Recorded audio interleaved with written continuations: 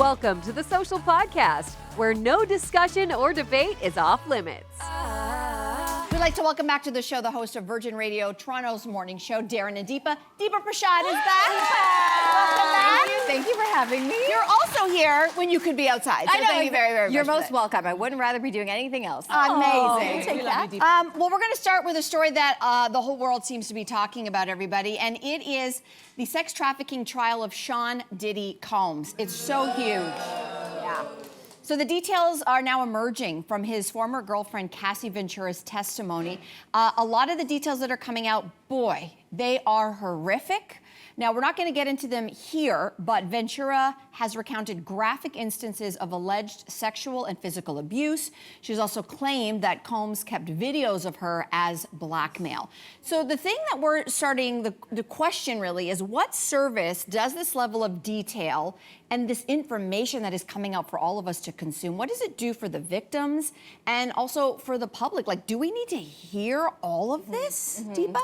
I don't know. It's so crazy because, like you said, the details are so graphic. And when I hear the details, I'm like, I can't imagine going through something so traumatizing and having to relive that, but also with the public in your ear, giving their own opinions. And to me, what scares me the most about a trial like this is because we're dealing with superstars.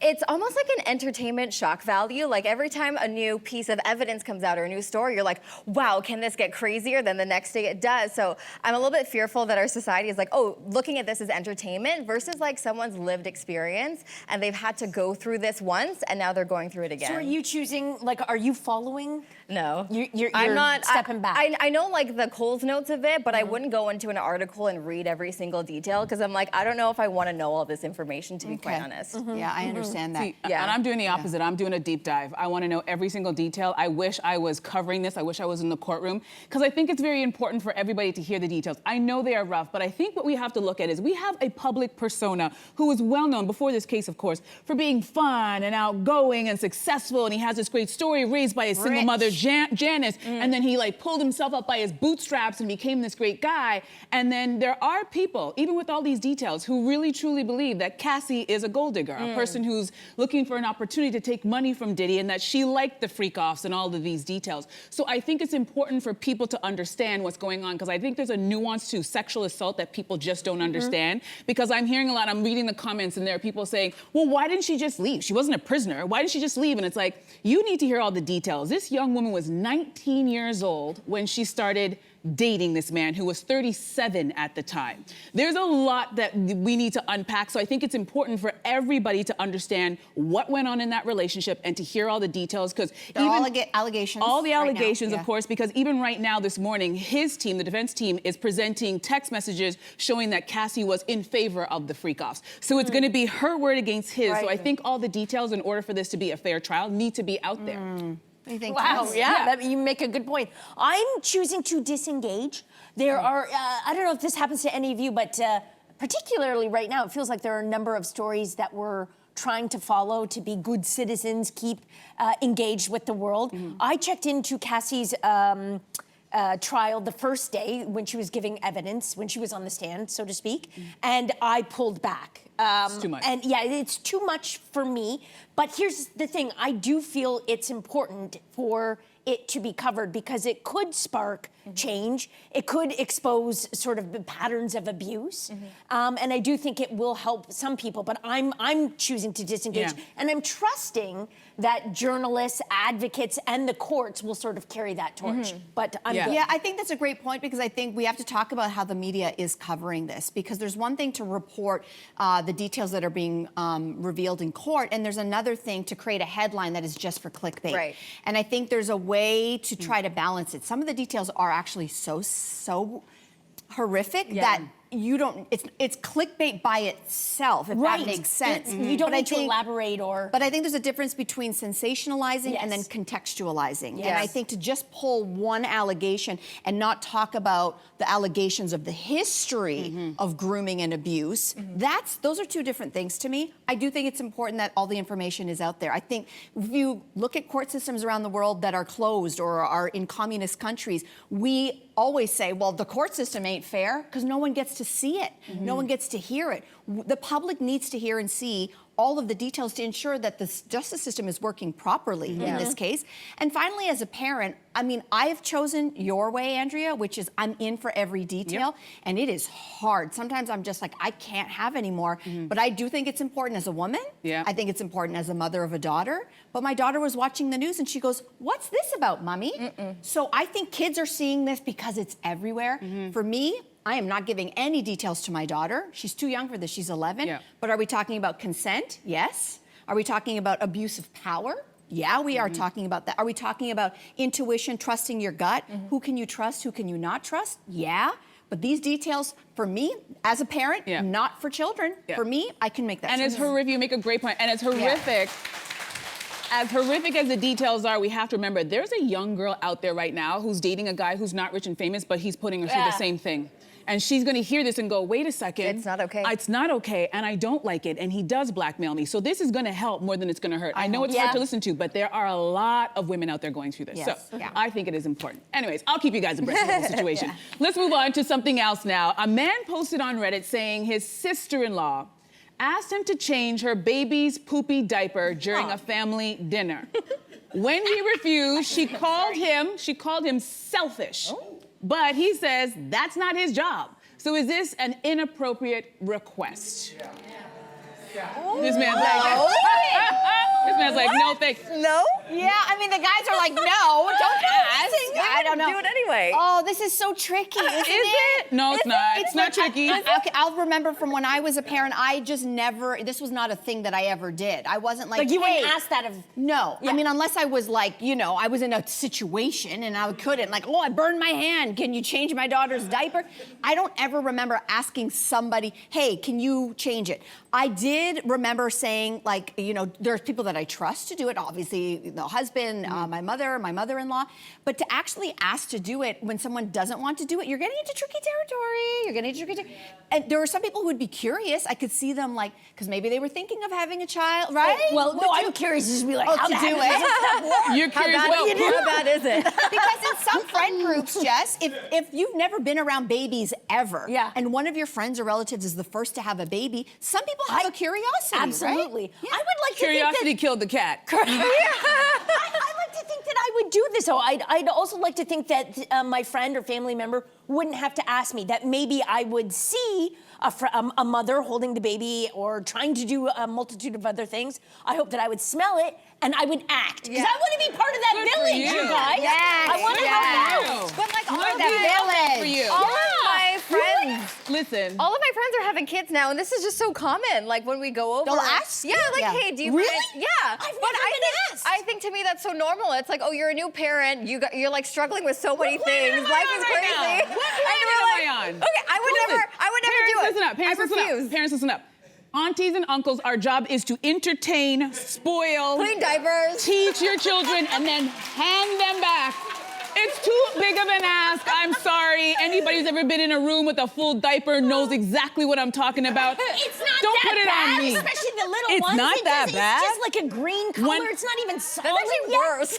Hey, don't you Nope. want to be part of that village? Nope. We don't want to be the type of Nope. aunties that are just Nope. taking the Instagram of the fun stuff The and then village- walking away from the hard The stuff. village stops right at that poopy diaper. I'm not doing it. I'm also an older sister, so I've changed diapers. I know what it is. I didn't want to do it for my sister. Why would I want to do it for your kid? Boundaries. There's boundaries. I don't want to do it. You're the parent. I think whatever you're doing, you're like, oh, I'm doing this. Can you help me change the diaper? I'll be like, no, I'll do the thing that you're busy with, and you change the diaper.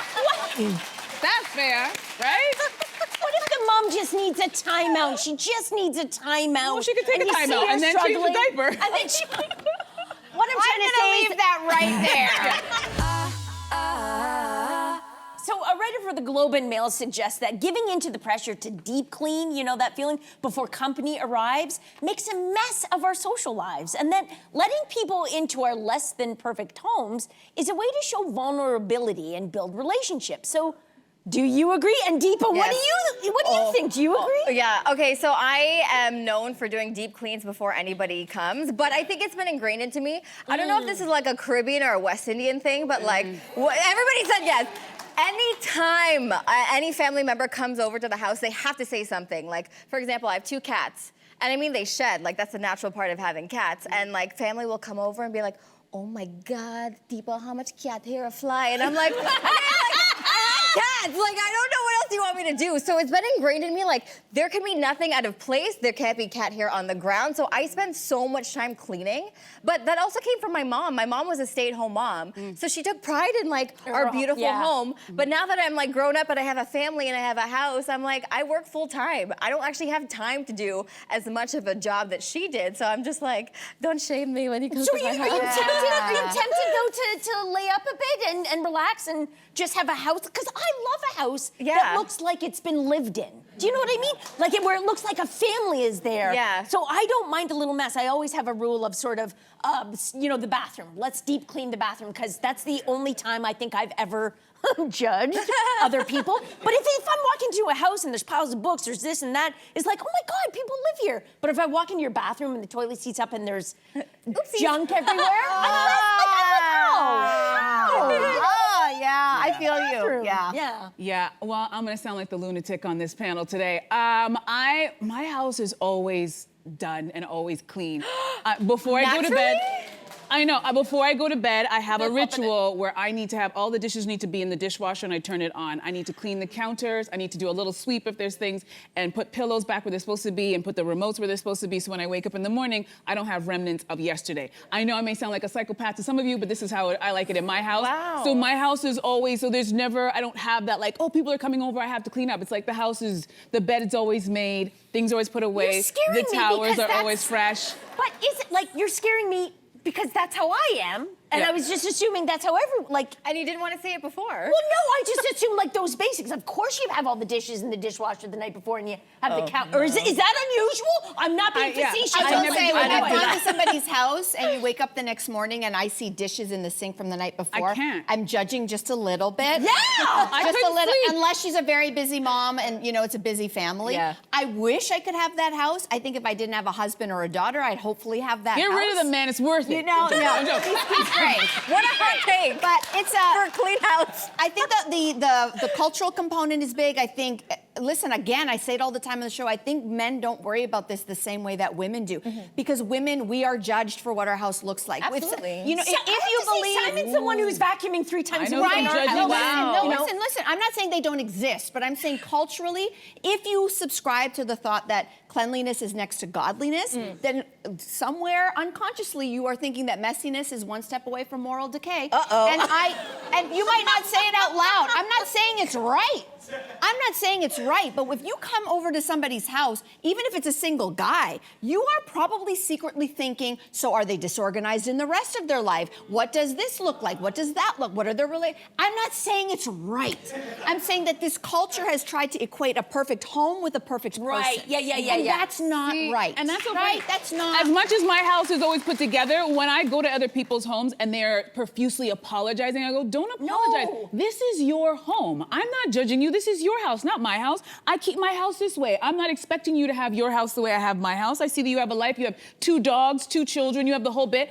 To have things all over the place, it doesn't bother me. So I don't judge people based on how they have things. I just know the way I need things in my house for me to go to sleep at night. I feel like this was a pretty heated topic. I have another heated topic for you. Love Because, it. Love on our show, we actually do a relationship riddle every week, and people write in for advice. So I thought that I would bring this dilemma to you guys. So a listener says, I'm getting married this fall and have already arranged my bridal party. I have 11 bridesmaid and 1 maid of honor. I have recently had a falling out with one of the bridesmaids. Nothing crazy, but she really hasn't been responsive or present in any of the bridal activities. She always seems to have an excuse as to why she can't attend. And I have another friend who I could essentially switch in and who would be a lot more present. Is it really bad taste to do the switch? What do you guys think? What do you guys...